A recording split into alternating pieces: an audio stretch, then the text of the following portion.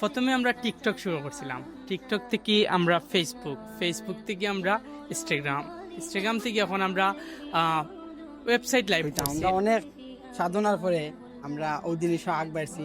অনেক আপু তারার, অনেক ভাইয়া তারার সাপোর্টের কারণে আমরা ওয়েবসাইটটা ও পর্যন্ত গেছি। মানে আলহামদুলিল্লাহ খুশি আছি, অনেক খুশি।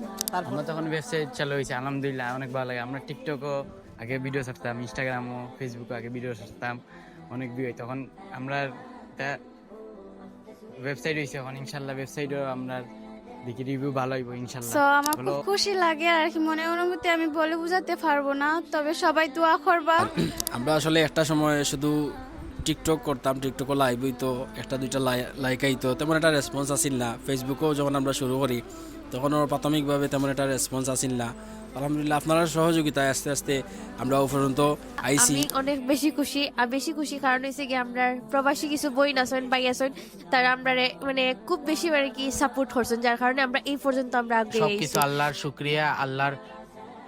আল্লাহর কাছে আমরা প্রার্থনা করি আমাদের ওয়েবসাইটটা আরো চলুক। ইয়া আল্লাহ ইয়া রহমান রাহিমিন, আমরা রিবের ওয়েবসাইট চালু হয়েছে, এই ওয়েবসাইটটারে আজীবন সফল করার তৌফিক দান করো আল্লাহ।